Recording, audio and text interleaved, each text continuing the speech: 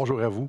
J'aimerais vous inviter à tourner avec moi dans Hébreux au chapitre 12. Je ne sais pas si vous êtes comme moi, mais parfois je lis les Écritures, puis ça me parle d'être vainqueur, ça me parle de triomphe, ça me parle d'être tellement proche de l'Éternel qu'on donne l'impression de toucher le pan de sa robe. J'ai l'impression que je lis ça, puis même des fois, on lit des textes, puis c'est comme si toutes des surhommes, des surfemmes, des gens qui ont des super pouvoirs. Puis, je sais pas si vous êtes comme moi, mais des fois, moi, je suis pas de même, je me sens, mais pas pantoute. Des fois, bien souvent, je me sens pas si victorieux que ça, puis je me sens pas dans le triomphe tant que ça. Comment réagir? Comment qu'on vit ça? Hébreux au chapitre 12, c'est un des textes qui a eu un grand impact dans ma vie. Un grand impact, différentes circonstances. C'est un texte que Dieu aime utiliser pour refocaliser mon regard à la bonne place. Ouais. Comment triompher à la gloire de Christ? Comment courir vers le but sans se laisser étourdir parce qu'on est en train de vivre à l'intérieur ou à l'extérieur? Aujourd'hui, on va parler de la foi. Je vais lire le texte, les 2 versets qu'on va couvrir ce matin. Nous donc aussi, puisque nous sommes environnés d'une si grande nuée de témoins, rejetons tout fardeau et le péché qui nous enveloppe si facilement, et courons avec persévérance dans la carrière qui nous est ouverte, ayant les regards sur Jésus qui suscite la foi et l'amène à la perfection en échange de la joie qui lui était réservée. Il a souffert la croix, méprisé l'ignominie et s'est assis à la droite du trône de Dieu. Quel texte extraordinaire. Regardez au tout début du verset 1. Nous donc aussi. Une belle expression de transition entre ce qui vient d'être dit et ce qui va apporter. L'auteur ici, là, il y a comme un changement, il y a comme une direction. Il va faire un point vraiment précis basé sur ce qui vient d'être dit. Donc, qu'est-ce qui vient d'être dit? C'est le chapitre 11, les héros de la foi. Le chapitre par excellence de la foi. Et le chapitre 12, la vie chrétienne, la course de la vie chrétienne. Le langage de nos 2 versets semble nous emmener dans un stade. Vous avez sûrement déjà vu ça, les Jeux olympiques, et les marathons, ils courent dans les rues un peu partout, puis la fin, c'est souvent dans le stade. Ici, c'est comme si j'ai l'impression qu'on rentre dans le stade. Nous, les chrétiens, les croyants. Puis on court la course de notre vie. Puis là, on est environné d'une grande nuée de témoins. Les bancs du stade sont remplis. Remplis de qui? Bien, de ceux qui viennent de parler, là. Les gens du chapitre 11. Donc, là, on court dans la course de notre vie, puis il y a des témoins qui sont en train d'être là. Puis ces témoins-là, bien, c'est ceux qu'on vient de parler, les héros de la foi. Regardez au verset 39. Tous ceux-là, à la foi desquels il a été rendu témoignage, n'ont pas obtenu ce qui leur était promis. Tous ceux-là. Tous ceux qui viennent d'être mentionnés, là, tous ceux qui ont couru à la gloire de Dieu, tous ceux qui ont couru par la foi, qui ont obéi, pas nécessairement parfaitement dans leur vie, mais ils ont obéi à la gloire de Dieu et ils ont avancé. Mais le prix de la course, ils ne l'ont pas eu. Ça nous dit ici. Ils n'ont pas obtenu ce qui leur était promis. Pourquoi? Ben, regardez au verset 40. Dieu ayant vu quelque chose de meilleur pour nous afin qu'ils ne parviennent pas sans nous à la perfection. Dieu voulait leur donner au ciel. Donc, ils ont couru et le prix était au ciel. Était Dieu. Bref, ces hommes-là, ces femmes-là, nous témoignent de quelque chose. C'est des hommes et des femmes de foi. Ils nous témoignent de quelque chose, alors que nous, on est en train de courir dans ce stade-là, la course de notre vie. Ils sont en train de nous encourager. Et j'aimerais qu'on puisse lire quelques versets, quelques textes, on va pouvoir entendre ce qu'ils nous disent. On est au chapitre 11, verset 4. C'est par la foi qu'Abel offrit à Dieu un sacrifice plus excellent que celui de Caïn. C'est par elle qu'il fut déclaré juste, Dieu approuvant ses offrandes, et c'est par elle qu'il parla encore quoique mort. Abel a offert un sacrifice par la foi. Il a obéi. Il a fait quelque chose. Donc, il y a eu la foi et il y a eu une action. Verset 5, ça nous parle d'Hénoch. D'Hénoch qui a eu la foi qui a été agréable à Dieu. Donc, la foi, il y a eu de l'action. Allons lire le verset 7. C'est par la foi que Noé, divinement averti des choses qu'on ne voyait pas encore, et saisi d'une crainte respectueuse, construisait une arche pour sauver sa famille. C'est par elle qu'il condamna le monde et devint héritier de la justice qui s'obtient par la foi. Encore une fois, Dieu lui demande quelque chose. Il a cru à la promesse et il a fait une action. Abraham, au verset 8, c'est par la foi qu'Abraham, lors de sa vocation, obéit et partit pour un lieu qu'il devait recevoir en héritage et qu'il partit sans savoir où il allait. C'est quelque chose. Dieu dit, pack tes petits puis tu t'en vas dans le pays où je vais te montrer. Abraham dit, parfait. Bon matin, de bon matin, comme on peut lire dans Genèse au chapitre 12, il est parti. Sans savoir où il s'en allait, là. Toute sa famille, tous ses biens. Il déménage. Il a fait confiance à Dieu. Foi égale action. Abraham, au verset 9, ça nous dit que c'est établi par la foi, il vint s'établir dans la terre promise. Donc, non seulement il est parti, il est allé s'établir. Foi, action. Chapitre 11, verset 11 toujours, c'est par la foi que Sarah elle-même, malgré son âge avancé, fut rendue capable d'avoir une postérité parce qu'elle crut à la fidélité de celui qui avait fait la promesse. Elle a cru et il y a eu une action qui a été posée. On se souviendra quand Abraham a offert Isaac en sacrifice. Il a cru la promesse et il y a eu une action. Il a obéi. Même si c'était un peu spécial, beaucoup spécial, il a obéi. Isaac a béni ses fils, au verset 20, que ça nous dit. Il a cru et puis il y a eu une action. Jacob a béni ses fils. La même chose. Il a cru, il a eu la foi, puis il a fait une action.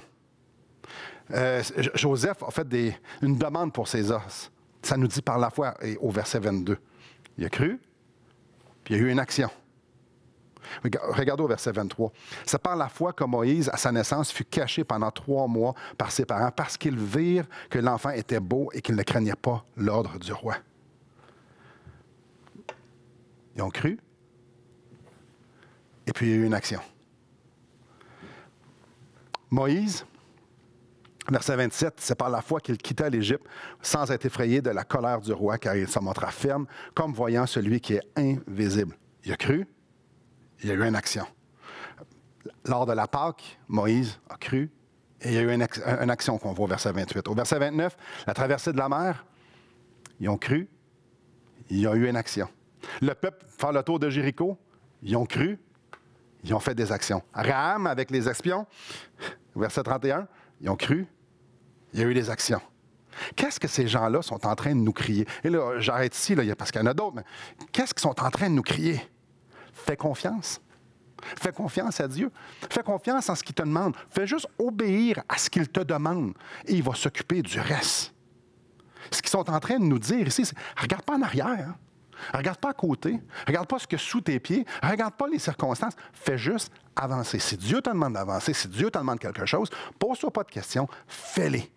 C'est ça qu'ils sont en train de nous crier. Puis il y a des choses assez spéciales de construire un arche alors qu'il n'y avait pas mouillé tant que ça. Il n'y avait jamais eu autant d'orage que ça, là.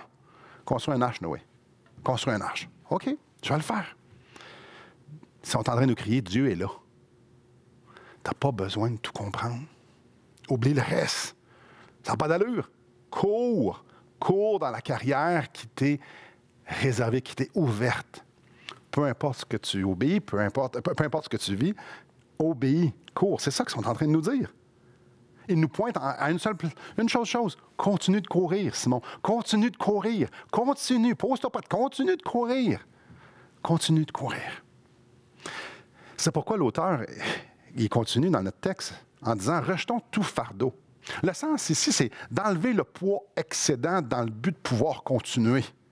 Le but, c'est d'être le plus léger possible pour la course. De quoi qu'il est en train de parler, l'auteur? Des fois, on aimerait ça savoir, d'avoir une liste. Qu'est-ce que tu veux que je me décharge? Tout fardeau. Tout ce qui te ralentit, enlève-les. C'est clair? Enlève-les. Enlève ce qui te ralentit dans ta course.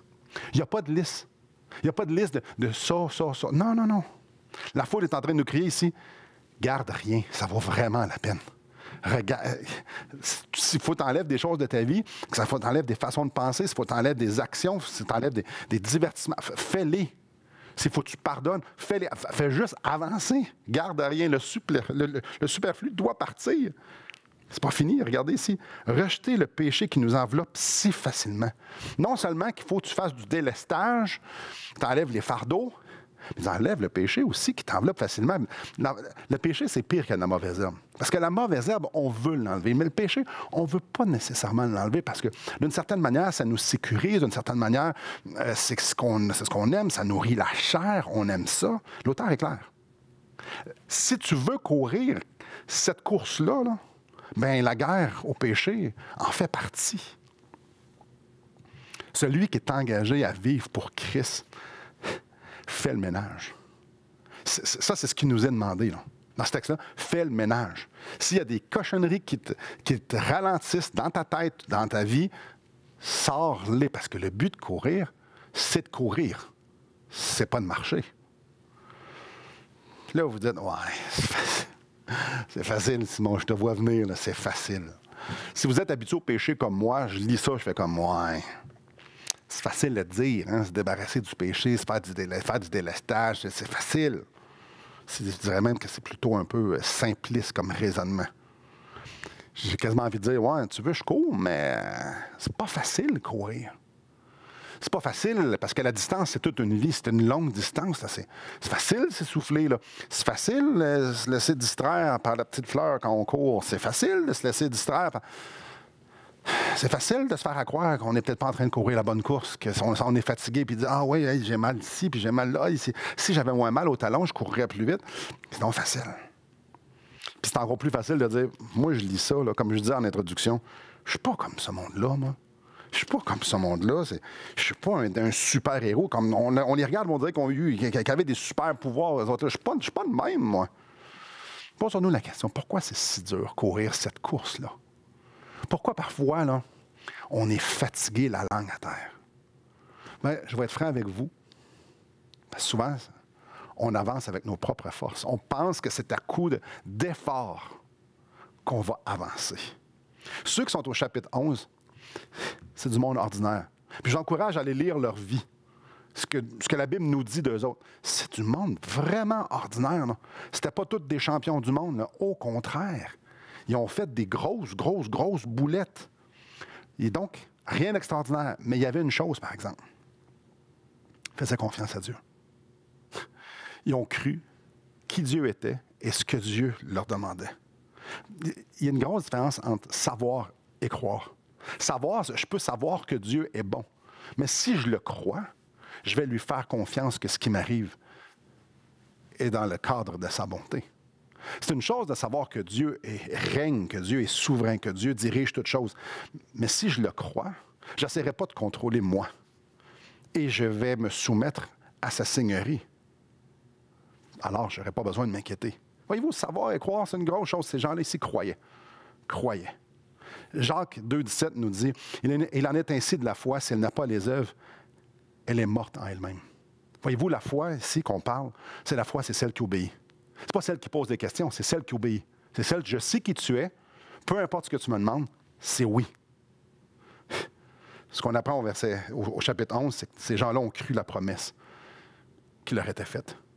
Et ils ont tout simplement avancé dans leurs limitations. Ils ont avancé avec leurs limitations, je devrais plutôt dire. Avec leur bagage, ils ont dit, ben c'est rien, puis mon coffre à outils est vide. Il y avait une chose, par exemple. Ces gens-là regardaient à la bonne place. Venez avec moi, chapitre 11, verset 13. C'est dans la foi qu'ils sont tous morts, sans avoir obtenu les choses promises, mais ils les ont vus et salués de loin, reconnaissant qu'ils étaient étrangers et voyageurs sur la terre. Ils regardaient à la bonne place. Il y a quelque chose en avant. C'est ça qu'on veut. C'est ça qu'on veut. Regarder à la bonne place. Oui, je dois courir. Puis oui, je dois rejeter les fardeaux. Puis oui, je dois me débarrasser du péché. Absolument. Puis oui, on va triompher. Mais le gros mensonge, là, c'est pas par nous-mêmes que ça va arriver. C'est pas par nous-mêmes. Nous aussi, on doit regarder à la bonne place, comme eux ont regardé à la bonne place. Eux, ils couraient en fixant. Comme je dis, il n'y avait pas des vies parfaites. C'était du monde ordinaire comme nous autres. Mais ils regardaient à la bonne place. Et c'est là la clé. Regardons à la bonne place. Verset 2. Ayant les regards, donc courons avec persévérance dans la carrière qui est ouverte. Persévérance, on ne lâche pas. Ayant les regards sur Jésus. Les regards sur Jésus. Dieu nous demande, clairement, tu vas courir les regards sur Jésus. Pourquoi? Bien, ça nous le dit ici. les regards sur Jésus qui suscitent la foi. La foi qu'on a besoin pour obéir.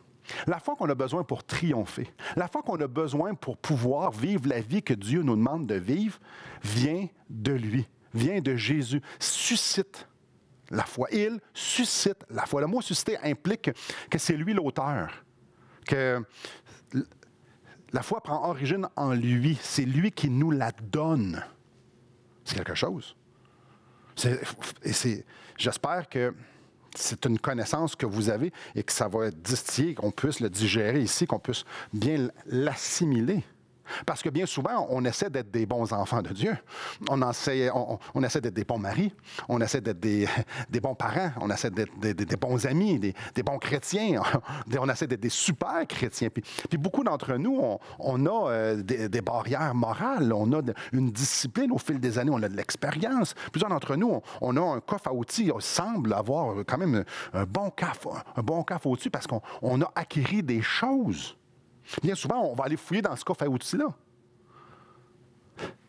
Et bien des fois aussi, on est complètement dans la défaite. Malgré qu'on a beau essayer, on est dans la défaite.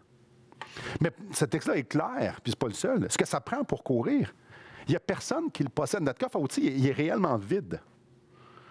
Puis c'est normal qu'on soit dans la défaite. Parce que naturellement, on est dans la défaite. On n'est pas capable d'être victorieux. On n'est pas capable de triompher. On n'est pas capable de courir, même avec les meilleurs efforts. Ce que ça nous dit dans ce texte-là, c'est Jésus qui nous le donne. C'est Jésus qui me donne ce qui est nécessaire pour que je puisse vivre la vie qu'il me demande de vivre. C'est Jésus qui me donne ce qui est nécessaire pour pouvoir avoir, que ce soit au niveau relationnel, que ce soit juste dans mes émotions, que ce soit au niveau des inquiétudes, peu importe, dans le niveau des ministères, dans les tâches que Dieu me demande de faire à la maison, au travail, à l'Église, c'est Dieu qui me le donne. Puis comment qu'il le donne? C'est simple. Ayant les regards sur Jésus. Jésus veut que je cours en le regardant. Puis lui, il fait juste, viens-t'en, suis-moi, regarde qui je suis. Réfléchis sur qui je suis et sur mes perfections. Regarde à quel point je suis bon. Regarde à quel point ma joie est exceptionnelle. Regarde-moi, Simon. Regarde-moi. Garde les yeux fixés vers moi. C'est un peu comme quand Jésus a demandé à Pierre, sors de la barque. Pierre a sorti de la barque et il a commencé à marcher sur l'eau parce qu'il regardait Jésus. Puis quand il a senti les vagues, il a senti le vent, il a fait « Oh, attends un petit peu, mes circonstances, ça va pas bien. » Ça allait bien quand il écoutait la voix. Puis il regardait Jésus. Et c'est là la foi. C'est là. Je fais confiance à la personne qui m'appelle. Je fais confiance à qui je pense, à la révélation, qu'est-ce qu'il me dit de lui-même. Avance. Obéis. Fais juste croire que je suis celui qui va donner ce qui est nécessaire. Que ce que je suis et ce que je te dis, c'est la meilleure chose qui ne peut pas t'arriver. La solution à tous nos problèmes de défaite, c'est Jésus. C'est Jésus, c'est simple, hein? C'est simple. La solution aux problèmes de couple, la solution avec les problèmes avec nos enfants, les problèmes d'argent, les problèmes de maladie, les problèmes à l'Église, les problèmes au travail, les problèmes d'inquiétude, les problèmes de critique, n'importe quel péché, la solution, c'est Jésus. Simple de même. C'est simple. Ce que j'aime de ce verset-là, ces deux versets-là, c'est on y va vraiment dans la grande simplicité. Trop simple? Est-ce que c'est trop simple? J'ai déjà présenté souvent l'Évangile à des gens, puis ils m'ont dit, Simon, voyons donc, tout ce que j'ai à faire, c'est croire que Jésus est mort pour mes péchés. C'est ben trop simple. Probablement, vous l'avez déjà entendu aussi. C'est ben trop simple. Voyons donc. Tout ce que j'ai à faire, c'est de regarder à Jésus. Vous vous souvenez du serpent d'airain dans le désert? Tout ce que j'ai à faire, c'est de regarder le serpent, puis je vais être sauvé. La réponse, c'est, ben oui, c'est tout. Dieu n'a pas fait ça compliqué. Il a fait ça simple. Regarde-moi, je vais te donner ce qui est nécessaire. Avance. Obéis. Crois-moi, je te donne ce qui est nécessaire. Regardons le reste du texte. En échange de la joie qui lui était réservée. L'expression « en échange de », c'est peut-être pas la meilleure façon de livrer le sens du texte. Ceux qui ont une Louis II de 1910, c'est un petit peu mieux rendu. On devrait plutôt lire « en vue de la joie qui lui était réservée ». Ça nous dit ici, ce passage-là, que même Jésus, lui aussi, regardait en avant. Alors qu'il marchait sa course, qu'il courait sa course sur cette terre, il regardait en avant. En avant de lui, il voyait la joie du ciel. En avant de lui, il voyait la joie d'anéantir le pouvoir de la mort. et du péché. En avant de lui, il y avait la joie de plaire à son Père. En avant de lui, il y avait la joie de plaire à son Père, d'obéir à son Père, parce qu'il y a de la joie à obéir à Dieu. En avant de lui, il y avait la joie d'être uni à son Père. De la même façon que les saints d'autrefois, Jésus avait un but. Et Jésus courait vers ce but-là. La joie qui se trouve en Dieu. Il était consumé par ça. On le lit dans les évangiles. Sa nourriture, c'est de faire la volonté de mon Père. C'est exactement ce que Jésus faisait. Donc, en vue de cette joie-là, en vue de plaire, la joie de plaire à Dieu, il a souffert la croix. En vue de plaire à son Père, il a obéi à son Père. Il a obéi à son plan. Et il a subi l'humiliation venant des hommes. Il a subi la torture la plus cruelle, encore plus. Il a subi la colère de Dieu. Il a subi la colère de Dieu parce qu'il avait la joie qui vient avec l'obéissance. Il a subi la séparation d'avec son Père en sachant fort bien qu'il est en train de faire la volonté de son Père. Il a porté le poids de tes péchés, de mes péchés, de l'humanité, les péchés de l'humanité. Parce qu'il y a de la joie à obéir à Papa. Puis disons que lui, dans sa course, il y en a eu beaucoup d'obstacles. L'obstacle majeur, il a subi la condamnation de nos péchés. Il a subi l'enfer pour moi, pour vous. Il a-t-il arrêté? Non, il voyait de la joie en avant. Il voyait de la joie, mais c'est là qu'il regardait. Papa, tu as une volonté, je sais qui que t'es, il y a de la joie. En qui que t'es, il y a de la joie. En ce que tu me demandes, j'y vais. Puis c'est pas fini, il va un petit peu plus loin l'auteur. Ça nous dit qu'il a méprisé l'ignominie. L'ignominie, c'est quoi ça? Il a méprisé la honte, il a méprisé l'humiliation. Ça veut dire quoi?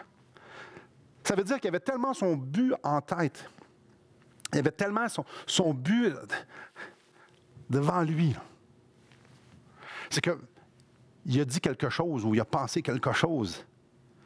Ça prendra ce que ça prendra. Il est en train de dire, de penser, regarde, faites ce que vous avez à faire, moi j'ai une course à courir. Vous pouvez me faire ce que vous voulez. Moi, là, je suis dans la joie. La joie ultime est réservée. C'est extraordinaire.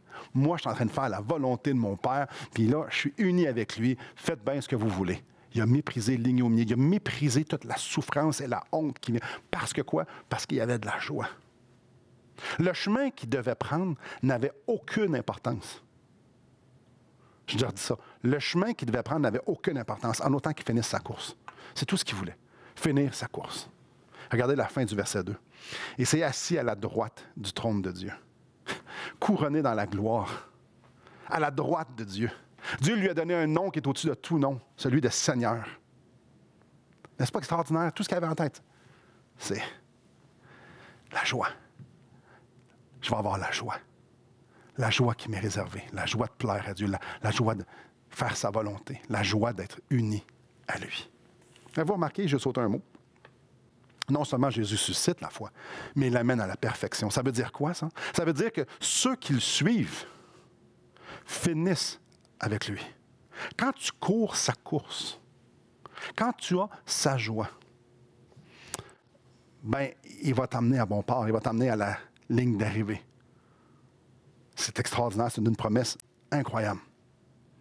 Courir vers le but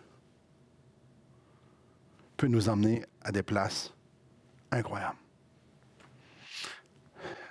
Appliquons-nous ça. Posons-nous des questions qui sont demi devant un texte comme ça.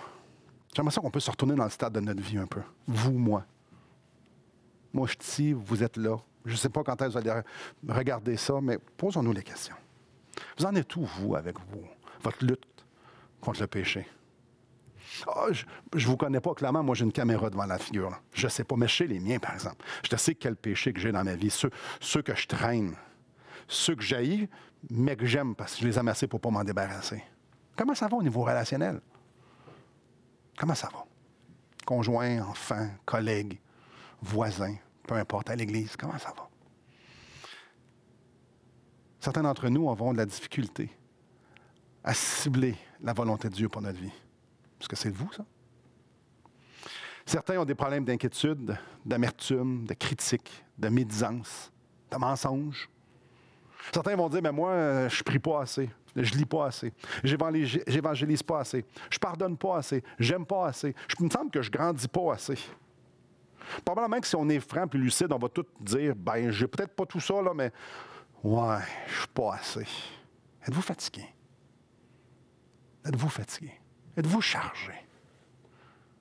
Est-ce que vous vous sentez comme moi souvent, presque tout le temps, inapte à la tâche? Ça, c'est pas mauvais en passant, être inapte à la tâche. Parce qu'inapte à la tâche, ça veut dire, je regarde dans mon coffre à outils puis je me dis, il n'y en a pas assez. Je n'ai pas ce qu'il faut. Êtes-vous comme moi? Des fois, je cours ma course. En fait, j'ai plus l'impression de marcher, puis des fois, je marche à genoux, puis des fois, j'ai plus l'impression de ramper. Ah, c'est pas tout le temps comme ça, là. Mais parfois. Puis peut-être que vous, aujourd'hui, c'est ça. C'est votre constat. Moi, je ne suis pas en train de courir. Je ne suis pas en train de combattre. Je ne suis pas dans le triomphe, moi, là, matin, là. Chose certaine, si c'est votre cas, si vous êtes fatigué, si vous êtes chargé, vous n'êtes probablement pas coupable de ne pas essayer assez fort. Bien trop souvent, on est juste coupable de ne pas regarder à la bonne place. Oui, on ne regarde pas à la bonne place. J'aime courir. Je cours quelques fois par semaine. Oh, tranquillement, pas très loin.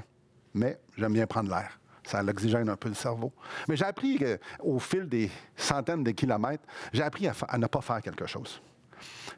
Quelques petites choses. La première, ne jamais courir en regardant en arrière. Parce que on peut rencontrer un poteau ou rencontrer n'importe quoi, parce que si on regarde en arrière, on ne sait pas où est-ce qu'on court. J'ai appris aussi que c'est super important de ne pas courir en se regardant le nombril. Ça, savez-vous quoi? Ça ne va jamais très loin. Ça finit jamais, jamais bien.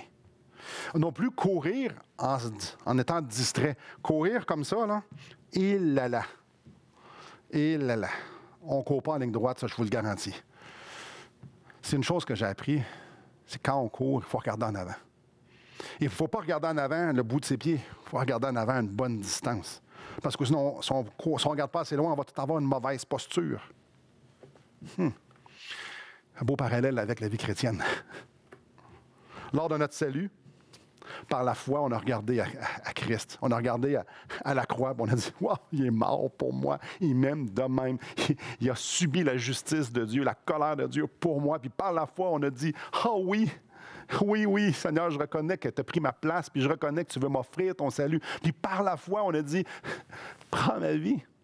Prends ma vie. Je veux la tienne. » On a vu par la foi l'amour passionné de Dieu pour nous. Lors de notre salut, on a vu notre incapacité de pouvoir se rendre à Dieu par nous-mêmes, de plaire à Dieu, de satisfaire la justice de Dieu par nous-mêmes. Non, on a dit, Seigneur, prends tout. Tu es le seul chemin. Alors, c'est le toi que je veux. Posons-nous la question. Ça devrait-tu changer après? Non. Non. Si je lève les regards pour être sauvé à Christ parce que c'est la seule solution, jamais je devrais arrêter de le regarder. Jamais je devrais détourner mon regard pour aller ailleurs, soit mon nombril en arrière. Non. Il est le même Dieu extraordinaire, là. Dieu n'a pas changé. Il est toujours rempli de bonté, il est toujours rempli de compassion. C'est toujours le même Dieu rempli d'amour et de patience envers nous. Ça n'a pas changé un instant. C'était vrai le premier jour, c'est encore vrai aujourd'hui. Même si ça fait 300 ans que tu es sauvé un matin, là. Dieu n'est pas moins glorieux. Dieu n'est pas moins fidèle, il n'est pas moins souverain, il n'est pas moins saint. Il n'y a aucune raison qu'on perde intérêt de la beauté et de la richesse de Christ. Jamais. Perdre de l'intérêt pour celui qui est l'alpha et l'oméga, celui qui transcende la matière, celui qui transcende le temps, l'espace, la connaissance, celui de qui tout vient, celui auquel les anges se couvrent dans sa présence. Frères et sœurs, mon plaidoyer est bien simple, là. Vous voulez avoir assez de foi pour surmonter, puis vaincre et triompher et pouvoir voir clair dans la situation dans laquelle vous êtes. Écoutez ce que les témoins nous disent. Eux dont le monde, au verset 38, eux dont le monde n'était pas digne, errant dans les déserts et les montagnes, dans les cavernes et dans les antres, dans le temps. Eux, le monde, je n'ai pas la solution sur la terre. Le monde n'est pas digne d'avoir ma vie, d'avoir mes pensées. Le monde n'est pas digne. Même mes pensées ne sont pas dignes. Mon plaidoyer est clair, c'est le même qu'eux autres. Et je me le prêche à moi, je suis le premier à qui je prêche ça. Et c'est un message que je me prêche souvent, c'est important. Simon, regarde en avant. Simon, regarde à Christ. Regarde la valeur de la croix. Regarde la joie qui t'est réservée quand tu obéis, quand tu avances, quand tu mets ta confiance dans ce qu'il te dit. Est-ce que vous croyez vraiment que ce qu'il nous demande, c'est la meilleure chose? C'est sûr qu'on notre tête va dire oui. La foi nous fait avancer dans ce qu'il nous dit. La foi vient d'où? Oh, je ne l'ai pas cette fois-là. On regarde à Christ. On regarde à Christ comme la première journée de notre vie chrétienne. Vis Christ. Frères et sœurs, vivons Christ. Saturons-nous de Christ. Respirons de Christ. Abandonnons tout ce qui nous ralentit, tout ce qui empêche de pouvoir saisir davantage Christ. Oh, on devrait vouloir désirer, on devrait vouloir avoir soif, on devrait vouloir avoir faim d'entendre son cœur battre sur le nôtre pour qu'on puisse, nos cœurs battre à l'unisson. Puis je ne suis pas en train de faire de la poésie, je suis en train de dire qu'on devrait avoir soif. Avoir soif de lui. Ah, je n'ai pas soif de lui. Ah, crie. Crie, puis expose-toi à sa parole. Crie, demande-y. Et commence à faire le ménage, Seigneur, parce que tu me demandes de faire le ménage. Alors, la première chose que je vais faire, mon premier pas d'obéissance, c'est que je vais faire le ménage en criant, en regardant à toi. Puis, il n'y a pas de feu en dedans de moi, mais c'est ce que je veux. Ah, frères et sœurs, qu'on devrait tellement être consacrés à mettre devant nos yeux, dans nos oreilles, dans nos bouches, des choses qui nous rapprochent de Christ et d'arrêter, d'éloigner, de faire un pacte avec nos yeux, de ne pas regarder des choses qu'on ne devrait pas voir, de ne pas écouter des choses qu'on ne devrait pas entendre et de ne pas prendre, consommer des choses qui nous éloignent de Christ. On devrait chercher à le reconnaître partout, que ce soit chez les autres, que ce soit dans sa parole, que ce soit dans la nature, dans les événements, dans les circonstances, parce que Christ est en train de manifester qui présentement. Alors je devrais me concentrer et le voir, et à place de voir tout ce qui est noir, de voir, non, Christ est ici, il est en train de se passer quelque chose, je veux le voir. Oh, on devrait tellement être dédié à s'émerveiller de ses œuvres et d'arrêter d'être... je ne sais pas si vous êtes comme ça, mais parfois, je suis lâche. J'aime mieux m'engourdir avec des choses à la place de réfléchir. La parole de Dieu nous demande de réfléchir. Quand on fixe le regard sur Christ, c'est justement réfléchir sur Christ en relation avec moi, en relation avec le monde. On devrait tellement arrêter de regarder les circonstances de nos vies. Puis je suis conscient qu'il y en a peut-être d'entre vous que les circonstances sont vraiment pas bonnes. Mais les circonstances dans lesquelles vous êtes sont permises par un Dieu qui est tellement bon, puis qui est souverain, puis qui voulait que ça soit différent. Ça serait différent. Ce qui est vous êtes en train de vivre, ce que je suis en train de vivre, c'est Dieu qui est en train de le permettre pour pouvoir se révéler, pour révéler ses œuvres à vous. Et tout ce que j'ai besoin de faire, c'est de me tourner vers lui, pas nécessairement d'essayer de tout contrôler. Ce n'est pas nos circonstances, ce n'est pas notre vie qui a besoin de changer et d'aller mieux. J'ai juste besoin de plus de Christ. C'est la seule façon de faire. Mes priorités, ma vie va s'organiser dans la mesure, d'une façon qui a gloire Dieu, dans la mesure que je regarde à Christ, dans la mesure que je soupire après lui, puis que j'oriente tout vers lui. Frères et sœurs, ça ne peut pas arriver s'il n'y a pas des poubelles qui sortent. Comme je l'ai dit tantôt, je leur ai dit que ce soit des pensées, que ce soit des non-pardons qu'on ne donne pas, dans le fond, des pardons qu'on ne donne pas, que ce soit des activités, que ce soit peu importe. On sort les poubelles. Parce que ce qu'il y a en avant, la joie qui nous est réservée est tellement meilleure. La joie de plaire à Christ, la joie de goûter Christ, la joie d'être unis à lui, la joie de marcher dans les verts pâturages dans lesquels il veut nous conduire. Les planètes de notre univers vont seulement être en ordre si Christ est au centre. Les planètes de notre univers vont seulement être bien organisées si on court vers lui, par lui et pour lui. La dernière affaire que je vous demande ce matin, peu importe quand vous l'écoutez, c'est de vous tourner les manches et de dire là. Non, tout ce qu'on a besoin de faire, c'est de dire Seigneur, je veux avancer. Je regarde à toi. C'est tout ce que j'ai. Le triomphe, c'était pas juste pour eux, ceux qu'on a nommés, c'est pas juste pour le chapitre 11 d'Hébreux, c'est pas juste pour les héros qu'on voit là-dedans. Non. Jacques nous le dit, Élie, c'est un homme comme nous autres. Le triomphe, c'est pas juste pour eux. Le triomphe, c'est pour ceux qui regardent Christ en courant dans la carrière, qu'il aura ouverte. Sur ce, que le Seigneur vous bénisse.